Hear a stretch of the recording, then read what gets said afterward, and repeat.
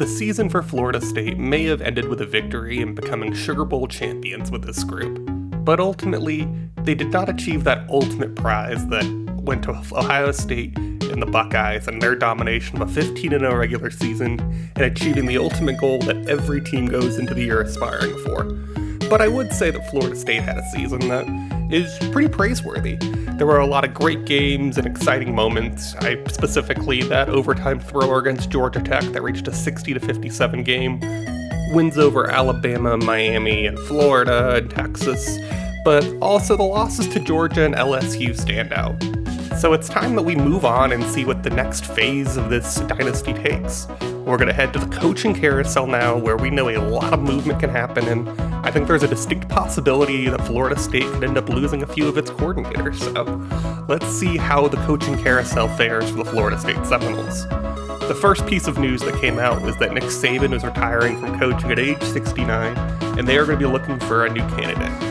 Well, they made a couple of calls, talking even to Coach Mike Norvell, who did have to decline them at that point, and they went to a familiar well, taking Kirby Smart's DC at Georgia, Glenn Schumann, to take over the role. You know, I don't think this is a very inspired hire, but you figure Glenn Schumann is going to keep Alabama on pace and do what Alabama always does, so that kind of win, as you would imagine.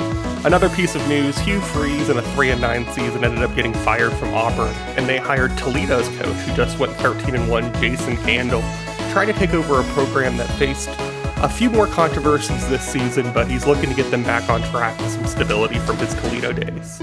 Then Coach Pat Narduzzi at Pittsburgh was also fired for not reaching his goals, and he was replaced by Jim Knowles from Ohio State. So 2 playoff teams losing defensive coordinators early on who are moving on to bigger and better things. Then West Virginia lost Neil Brown in his 3-9 record. Tulsa coach Kevin Wilson will take over after a 10-3 season and try to bring some stability to the Mountaineers.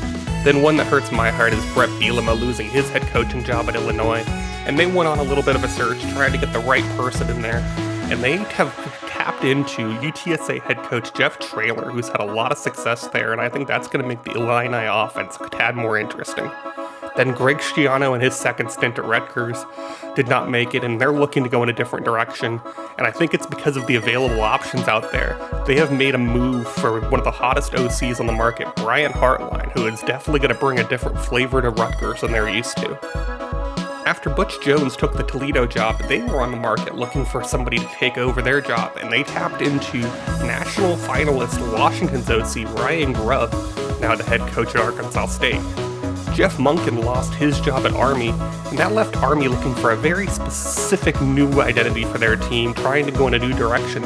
And after a few calls, they've landed on Texas offensive coordinator Kyle Flood, who is going to bring a different flavor than what Army is used to, moving away from the option days and probably a more conventional offense for a team that did go 4-8 and is lacking talent. I think Kyle Flood's going to probably hit the reset button there and try and go a different direction.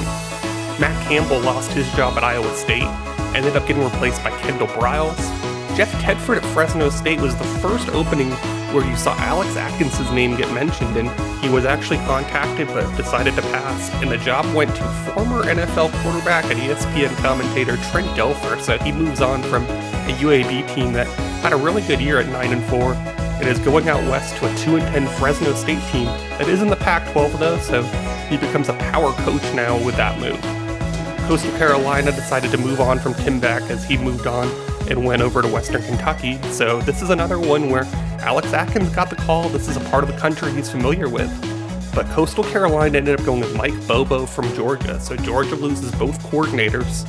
And then it was time for UAB to try and replace Trent Dilfer after he left for Fresno State.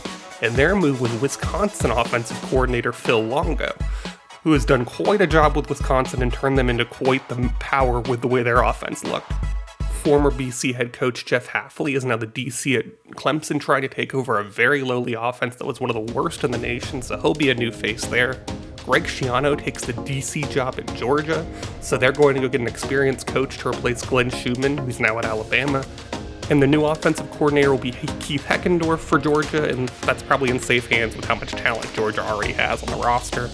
Brett Bielema is the new defensive coordinator at NC State, so he lands on his feet, and we'll see him this season. And then UCF offensive coordinator Darren Henshaw goes to Ohio State, And Pat Narduzzi goes and gets the job as the DC at Ohio State, so I'm sure he'll do very well and probably be up for some coaching opportunities after this, where he can get back into a head coaching role. Then former West Virginia head coach Neil Brown is the OC at Texas. He should have an opportunity to rebound pretty quickly and be able to get back in the good graces. And then USC has poached Utah's offensive coordinator Andy Ludwig, as they lost theirs to Penn State, so they make a great move there. Now it's time for something everybody loves, or hates, the transfer portal. This was a crazy situation that happened in the portal this season, and I can't wait to take you through it. It's probably not the most dynamic, as I'm having to use screenshots from Google Sheets, but I still want to take you through it because it's pretty crazy what happened. So what you're seeing are the best 32 prospects that were in the portal, so you can see all the talent that was there, varying from 91s to 86s, and plenty on the market to go around. You may notice there were no Florida State players that I could see at this point, so I was feeling pretty good about our chances. And there were a couple of names on here that I was hoping were interested in Florida State, namely Travis Hunter. Please come home, come live out your Florida State legacy. And it was time to see who we lost, though. This was the list of players that we were going to lose to the portal. We had a chance to still recruit them, but that were obviously wanted to express their desire for new options. And look at all those wide receivers: Hakeem Williams, Vendravius Jacobs, Destin Hill, Darian Williamson, and Ja'Kai Douglas. That is a ton of depth that this team would lose. Namely, the other big losses would be Jalen Early and Julian Armella at tackle. We don't have a deep offensive line group and only have 2 recruits coming in, so losing them definitely put the pressure on to try and find some guys in the portal that could replace them. And then some defensive line losses in Daniel Lyons and Keith Sampson, and losing 2 tight ends in Kyle Morlock and Marqueston Douglas. There were a couple of groups that I was pretty concerned on the depth front of how we were going to do this, and ultimately I did decide to not try and recruit any of these players back to our team, because with how this transfer portal tool works by our locks, it cost a lot more to try and keep your own players than get new ones, and we were going to be losing quite a bit, and I wanted to be aggressive with new players, so this is going to be happy trails to these players, and we'll talk a little bit more later on with how our roster looks because of these losses that we're going to have here. Now time for the players that were interested in us. So, immediately after losing 2 tight ends, Aronde Gatson was very interesting for me. Obviously the best player in the portal, and I want a piece of that. Keontae Mumpfield, the wide receiver, had some interest, but I wasn't really loving that fit. I was trying to think of some other ways to improve that receiving depth, so that wasn't exactly the option that I was in love with. I also wasn't totally high on Damian Martinez, because I figured, we still have plenty of running backs. I think we're going to be okay, but I was going to invest some points there just in case. And then obviously the big fish here too is Travis Hunter staring me in the eyes, and it would be hard not to try and invest a lot of points on that front. And just to give you guys a little bit of a look at how this works, there's a designated number of points you can use in the portal, and the more points you throw, you see the interest numbers change. Everybody starts kind of in this 8 to 12% range, and then throwing 10 points on Bennett gets him over 50%, and throwing 20 points at Travis Hunter gets him over 70%, so that starts to make me feel pretty good and optimistic that we might be bringing the most dynamic playmaker in the country on the offensive and defensive side of the ball coming into Florida State. So that was kind of my strategy. Was I threw a lot of points at Travis Hunter. I think I had 70 points to use in this round, so that was quite a big chunk of those, and I dispersed them in some other areas, and it was time to see how all this was going to play out for Florida State. Now on this screen you can see the players that left us and where they decided to go, and then the players that wanted to transfer in. So we won't worry about the transfers out right now. We can go over where they went a little bit. But in terms of players coming in, Aronde Gatson, obviously want to have him. Damian Martinez, I did ultimately throw some points at and was grateful to be able to have him. Elijah Badger, wide receiver from Arizona State, already losing 5 guys in the portal. I was okay with bringing him in. Cade Bennett at guard seemed like a really good option, and then Renato Brown at 87 tackle as well was definitely somebody on my radar. And somebody else who I threw quite a bit of points at was CJ Clark there, the defensive tackle from NC State. He is going to be pretty crucial since we were losing a lot of young depth in Sampson and Lyons in the portal, so I wanted to bring another defensive tackle body in to try and help us out on that front. And with how the tool works, you don't necessarily have to invest points to get players that want to enroll there, so you'll see probably everybody from Clark down were players I didn't invest points in but still expressed interest in. I was pretty lukewarm on them and didn't really want to bring a quarterback in like Hennigan, but I did ultimately decide to keep some of them. And then on this screen, you can see that there were some players that I did decline, like Seth Hennigan. I declined the free safety from SMU. I declined the strong safety from UTEP, and then the outside linebacker from UTSA. But I did take a linebacker from James Madison. He's a nice one-year fix. He'll be a probably mid-80s linebacker and be useful for us. Then another safety, I decided that, we're losing a lot of guys in the portals. We're just going to need bodies on this roster. So taking Matthew Hill from USF seemed like a good option, and he could definitely compete for some playing time. And I'm sure you guys have noticed at this point, Travis Hunter did not choose us, and we're going to go and look at where other players went at this point in time and see where all those top 32 guys ended up going. So the first thing I wanted to see was where our friend Travis Hunter decided to spurn us for one more time. And if you look down at line 15, Travis Hunter is going to Longhorn State to go play for the Orange and White, a team we just beat. He'll be going there, and it's going to be a pretty interesting year in Texas, and seeing if they can go and repeat their success from last year and make it to the Big 12 title game and get their shot. And getting Travis Hunter definitely helps them on that front. But you will notice that Florida State, we were in it for some big guys. We got quite a few highly ranked guys, and that seems pretty in line with how Florida State does in real life as the true portal kings. But getting 2 of the top 3 players in the country and offensive guys to kind of restart an offense that's losing its quarterback seems like a really good option. And Texas obviously did well. Getting Mumfield and Hunter is a pretty good haul as your top 2 guys in the class. Will Shipley from Clemson going to Georgia is pretty interesting to me as well. But, this is kind of where everybody ended up going, and a pretty good landscape map of okay, this is how the foundation of the season looks and how some teams made some moves, what teams were able to get extra talent in. And you'll see a team like Notre Dame did really well. If you look in that new team column, they really were capitalizing on this new influx of talent in the portal. So I think Notre Dame is an interesting team we'll be looking at next year and how they were able to use the portal really effectively. Next screen, I wanted to show you where you could see where the winners, losers, teams that had the most players in and the teams that had the most players out and how they looked. And, it's a lot of data to look at, and it's hard to make this more dynamic, but I wanted to take a look at, you see in the most out column, you see Clemson is the team that lost the most players, and I wanted to give you guys a look at what that looks like in terms of how many players actually 19 guys is. And when you look at this, there's a lot of topper end talent. Look at how many players in the 80s that they ended up losing and decided to leave, and these are the people that ended up entering the portal, and you see their reason for leaving.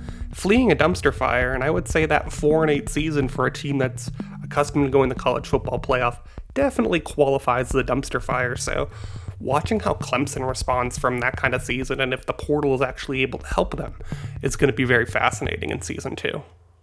As we're now moving past the portal, this is one more recap of all the guys that we got and how they're going to be coming in, and they still have to go through the training results phase, so those ratings will change, but that's another good overview of the guys that we ended up getting.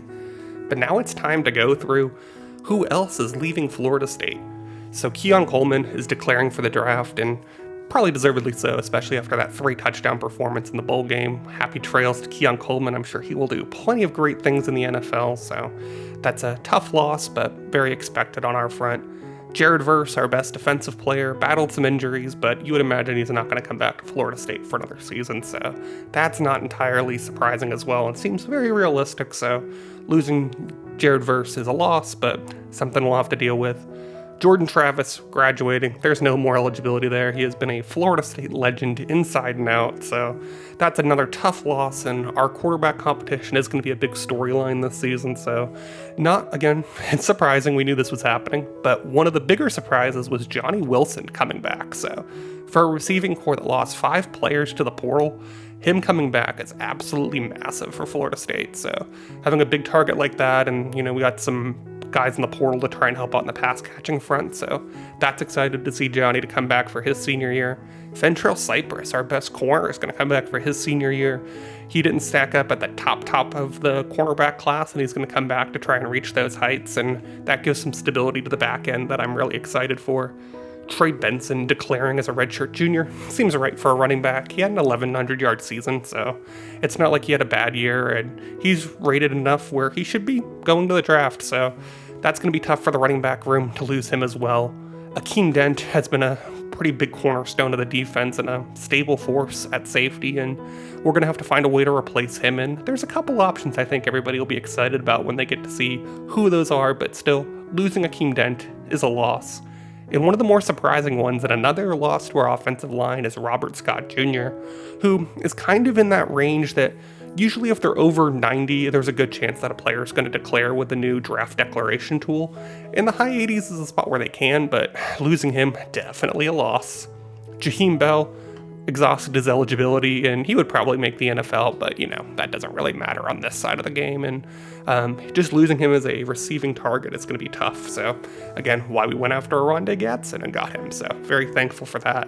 Braden Fisk at defensive tackle has been a very big part of the defense this year and provided a good pass rush from that spot, and not having a body like that is going to be very difficult for us, and I'm hoping CJ Clark can help replace that. And in conjunction, it seems appropriate, Fabian Lovett had a couple of big moments this year where he flashed. Didn't have the amazing senior year that I would have hoped for, but I think he did a lot on that front when we had him in the game. We were trying to rotate defensive tackles a lot, and he still had the impact that you would expect. Renardo Green at corner, he has always been pretty stable force for us, and we're going to have some different bodies at corner this year, and not having Renardo Green is going to be very different, and I could always kind of be okay with the fact if he was one-on-one with somebody that he would give it his best shot. Winston Wright at receiver, another receiver that we're going to lose. We're going to lose 7 of them between the portal and graduation and declaration, so definitely going to be a different look of receiver room this year, but still Winston Wright had some good moments, and I'm going to be sad to see him go. Kalen DeLoach at linebacker, he is just the foundation of the defense, and not having that guy flying around for us is going to make things more difficult, and I'm not going to try and sugarcoat it. That's going to be difficult. And then after we got Damian Martinez, there's a spring portal portion of the portal that I wasn't able to capture, and Lawrence Toafili decided to transfer. He's going to Purdue, so he's going to be a Big Ten running back. And now our running back depth is a little weird. We still have some bodies. I'll be able to go over the roster a little bit later, but losing Toafili and a guy like that is still really hurtful for our team, and we are going to have definitely a new look, but kind of makes it exciting, but also it hurts Lawrence. Why you gotta leave me? Tatum Bethune at linebacker, again, goes with Kalen DeLoach so well, and not having those two guys to rely upon is going to make us a different team, but I honestly think there's a chance for us to up our game there, so, but I still say it's a loss losing Tatum Bethune. Dimitri Emmanuel, he's a pretty average lineman at this point. I don't mean to be so dismissive, but, he's a guy that's an 82 overall. We're going to miss having that guy and wish we could have him, but ultimately, maybe a better chance of a younger guy developing and doing well. Jarian Jones is our nickelback this year, and, if we would have lost Ventrell Cypress as well, losing all 3 would be rough, but losing 2 out of 3, still not the best. Hakeem Williams, he is going to be transferring to North Carolina State. We got him on the field quite a bit, but he probably felt like he did well enough that he should have deserved more looks, and I guess I can't blame him. Ole Miss is taking Vendravius Jacobs from us. He is an 81 overall freshman, and he'll be a redshirt freshman for them. He's going to develop very nicely. I'm very jealous. Goodbye, Vendravius. Casey Roddick graduating. He had some playing time this year, but ultimately not a major loss for us on the Casey Roddick front, so happy trails to him and whatever he decides to do with his life. Dennis Briggs Jr. had some really nice moments when he was playing defensive end and even played inside a defensive tackle a little bit, and he'll be a missed piece just because of his versatility, and, I hope Dennis Briggs, again, feels like he had a good time at Florida State because I enjoyed having him on the team. Losing Destin Hill, another guy that we played quite a bit at wide receiver but wanted more playing time. He's going to go be a big option at Auburn. They're trying to reset after losing Hugh Freeze, so he probably got a pretty nice incentive to leave. Not going to blame it on that, but still very frustrating to lose. Then Miami comes in and steals he's going to be a redshirt sophomore tackle, Jalen Early. And when we look at the offensive line depth, I'll be able to show you we're not going to have a lot of options. So that one hurts a bit. Another running back we're going to lose is Keziah Holmes. He's going to Oklahoma State. We only were giving him maybe 1 or 2 carries a game, so that one makes sense. And he's going to go be a redshirt senior. We brought in Damian Martinez. He has no reason to be here. Bless Harris has graduated. He didn't play for us. He was kind of just there. I wish he had another year of eligibility because there definitely could have been a role this year for him on the offensive line. But again, things happen, and that's just kind of the way the cookie crumbles. And Bless Harris going to be moving on. Julian Armella transferring to South Carolina. Again, he's going to be a redshirt sophomore. He was going to be in a really nice range to develop, and I was hoping to have him in early on our offensive line for years to come. And Now we are going to learn the lesson of not always getting what we want. Kyle Morlock going to NC State, joining Hakeem Williams there, so that Florida State flavor on the North Carolina State team is going to be weird, but I'll try to look at some games this year and get to see them in action. And I know we only had one more year of Morlock, but a 6'7", 250 tight end body doesn't just grow on trees, so he will definitely be missed. Darian Williamson, we didn't get him on the field enough, and he's got one more year of eligibility, and he wants to go spend that at the University of Virginia, and I can't really blame him there. I mean, I'm sure he's going to be a much better option higher on the depth chart for them, so I guess that's just kind of the way that one goes as well. Ja'Kai Douglas in a very similar spot to Darian Williamson.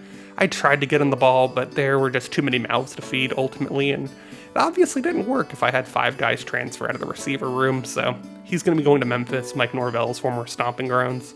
Daniel Lyons, he's going to be a redshirt sophomore defensive tackle, and he didn't get a lot of reps for us, so no, again, entirely surprising that he's going to go hop in the portal. He'll go to App State, and I'm sure he's going to do really well there. I mean, with his ratings, I think he'll show out at that point. Then Keith Sampson, he's going to be a redshirt freshman at Arizona State. That's a nice injection of talent for them. He's going to be starting in a really nice place. You would imagine he's going to be a couple of points up, maybe 78, 79 as a redshirt freshman, and he could develop very nicely for them. And then the final guy leaving, Marqueston Douglas at tight end, he's going to be joining Keith Sampson at Arizona State. He only has one more year of eligibility, but he could be a nice piece for them. Don't know what their tight end room looks like, but I think that's still a good pickup for them, and with the way that our tight end room is going to look, you're going to see that that's pretty awful. Now, if we go look around the other part of the country and see where everybody else decided to, whether declarations or going to the draft, all the expected quarterbacks you see here, everybody who was 90 or above decided to go to the NFL or graduate and do what they were supposed to. But I did want to highlight the group of players that are coming back. Kyle McCord, national champion, he's going to go give it another run in his redshirt junior year, so he's the best quarterback returning for our season 2, and we'll see how Ohio State handles that with an experienced quarterback at their helm. J.J. McCarthy said the Ohio State-Michigan rivalry is going to have 2 experienced quarterbacks going head-to-head, so that matchup's going to be very exciting. Quinn Ewers in Texas, he wants to come back and play with Travis Hunter, and who could blame him at this point, so good move for Texas to get Ewers back in the fold. And then Will Rogers from Mississippi State. We saw the kind of season that Mississippi State had, and they were very good this year, and they exceeded expectations. So getting to see Will Rogers back in the loop for them is a good sign, and I think Mississippi State's going to be able to maintain some of that momentum that they had from last year. And you see a bunch of other guys who decided to go to the draft and try their hand there. But Chandler Morris, after taking TCU to the playoff again, has decided to go to Notre Dame. We saw Notre Dame was very active in the portal. He's the biggest mover in terms of a transfer in the quarterback class, so that's going to be very different to see, but good on Notre Dame. They're aggressive there, and I think Morris is going to develop into a good player for them. And then you also see Tyler Van Dyke, the quarterback from Miami. He's going to be coming back, so we're going to be facing a team in Miami that's going to have a better quarterback option than we are. Our options are going to be bad, but still going to be very different.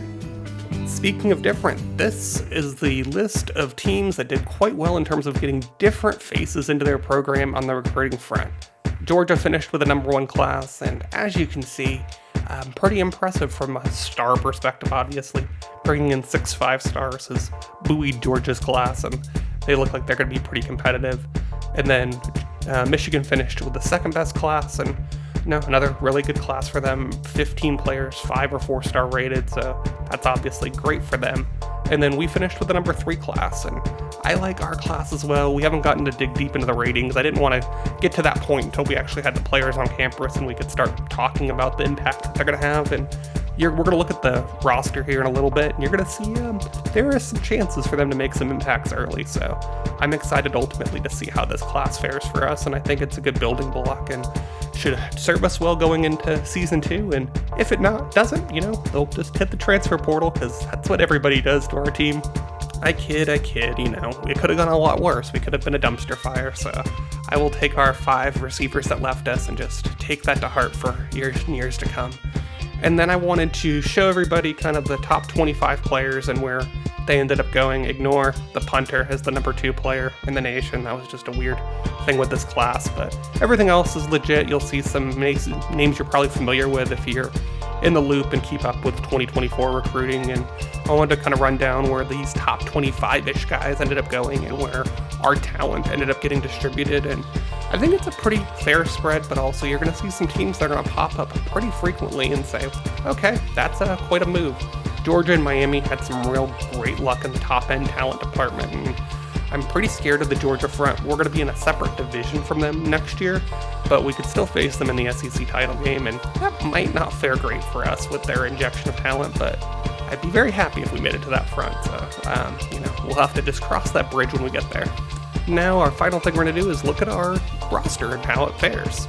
So, after trading results, Tate Rodemaker is our highest-rated quarterback, and he's got a 2-point edge over A.J. Duffy, and you see true freshman Luke Kromenhoek kind of in the mix there, and then Brock Glenn kind of sitting in that 4th spot. All 4 quarterbacks are going to play in our spring game, and it's an open competition. I am just going to play whoever plays the best. Crazy concept. Damian Martinez spearheading the running back group, and then after that, there's a pretty steep drop. So I would imagine we're going to see more of a workhorse load for Damian Martinez from this point forward. These are my fullback walk-ons. I hope to cut them in the future, but our team is under the roster limit right now anyway, so it doesn't really matter to me. At wide receiver, the top 4 guys are seniors. The bottom 4 guys are freshmen. This is not the most equal spread that you've ever seen, so you're going to see these top 4 guys probably play a lot for us next season, and I'm excited to see how the transfer Elijah Badger does, but you're going to see some freshmen getting some time as well. Here's our very small tight end room. We have the senior Rondé Gadsden, a senior Preston Daniel, and a true freshman Landon Thomas, who is going to play quite a bit early. The combination between Thomas and Gadsden is very exciting for me, so we'll see how those two pair together and what kind of offense we can formulate going into next year. But this room scares me with the lack of depth there, and I think things could get pretty hairy pretty quick if there were injuries that would occur. Then on the offensive line, another pretty small group, only 2 guys at each spot, but we have Lucas Simmons, who's slated to be the starter at that spot. Cade Bennett has a very capable backup in Darius Washington, but he's a great pickup in the portal, obviously. Getting a guy who ends up being a 90 overall at left guard helps out. Murray Smith enters his final year as an 84 overall. He's backed up by a senior in Thomas Schrader, who's a 77. Murray Smith is always steady, so I'm not too concerned about that one. Jeremiah Byers is slated as the starter at right guard as an 87 overall, and then Keandre Jones is his backup. So that's a pretty good group, but those are a lot of seniors here. And then Renato Brown is slated to start as a 94 overall with the true freshman Jonathan Daniels as his backup. With the way this lines up, 7 of those guys are seniors, and 3 of them are freshmen or true freshmen. Again, not an equal balance. Pat Payton has the left end kind of locked down as an 84 overall. Not an amazing rating, but still plays pretty well, and we'll have another year after this to play for us, so I think that's a pretty good start for him. Then Gilbert Edmond, he's going into his senior season, and an 86 overall will definitely play, and he'll be the most talented guy from the edge spot, and we're going to hope that he's going to be able to transfer some of those limited snap success he had last season into some big plays. Then at defensive tackle, CJ Clark, our transfer, is our best player with Daryl Jackson behind him. Josh Farmer kind of takes that other 3rd rotational spot. And then we go off a steep cliff to a redshirt sophomore in Tafase and a true freshman Artavius Jones, so hopefully it doesn't reach that point. Then the James Madison transfer Taurus Jones is an 87 overall, and then I don't really want to see Dylan Brown-Turner and Jaden Parrish playing big snaps, so hopefully he's able to hold it down. And then DJ Lundy and Blake Nicholson, I think, are going to rotate in that other linebacker spot pretty frequently, and maybe even Omar Graham there. All rated similarly and have different strengths and weaknesses, so I think we could use some different sub-packages to use everybody to the best of their abilities on that front. And then at corner, Ventrell Cypress is our best corner, as you would imagine. Then Kevin Knowles and Greedy Vance are in a nice, interesting area. Azaria Thomas did not develop quite as much as I would like there in the offseason, but we do have some young guys in Charles Lester, Quindarius Jones, Jamari Howard, and Ricky Knight III, who could provide some depth, but I would imagine Howard and Knight are going to have a red shirt in their true freshman year, and I wouldn't be surprised to see Charles Lester get some early playing time. And now, what everybody would want to see, our best player in the recruiting class, KJ Bolden, 86 overall. He is going to be our starting free safety. Behind him, we have some second-year players, but the gap between them is pretty vast at this point, and I think it would be malpractice to not play KJ Bolden early and often, and that is entirely the plan at the free safety position. I want to get him as much run as possible. And then currently the battle at the strong safety spot between Matthew Hill and Shaheem Brown definitely is a battle. I haven't decided who will be the starter there, but I think there's going to be plenty of rotation and plenty of opportunities for everybody, so hopefully we can do that for both of those players. And I like where they stand, and I think between those two and KJ Bolden, it's a really good safety group, and I think we're going to get high-level play there, so that's not really a concern for me between those. Then at kicker, Ryan Fitzgerald, I thought about cutting him, but decided to leave him on the team. Again, we were under the roster limit anyways. Jake Weinberg is going to be our kicker. He's much better. He's a freshman. I want to let him have a shot there, so, you know, that is what it is for Ryan Fitzgerald. And then Alex Mastromano, he's a really good punter. We'll have to recruit one next year, but he'll do a good job for us. So that's where everything stands going into Season 2. The next video on this channel, I have a spring game set up where you will see some position battles play out during the spring. Gonna divide up the roster so we'll get to see all 4 quarterbacks. I'm still not decided on who's gonna be our starter. It's gonna be a 4-way competition, and I just wanna see who I feel the best playing with. And that's pretty much just what the criteria is gonna be. All the ratings are close enough on like the throwing power and throwing accuracy front that I'm comfortable with any of them. So a lot is going to be determined in the spring game, and we'll see some other position battles play out during the spring, and I hope it's going to be pretty interesting to see, and that's where I'll highlight more of the players that made big jumps in training results. I had to show you that screen after training results because it doesn't include true freshmen if you look at the training results page, so instead I just decided to show you that roster page so you could see everybody and kind of get a perspective of where everyone stands, but we'll catch up on that. And then after the spring game, we will get a Season 2 preseason video, and then we are going to have Week 1 in our first game after that. So we're already moving in that direction, and I'm excited to get back into the games and seeing how this iteration of the Florida State Seminoles does. And with that being said, go Noles.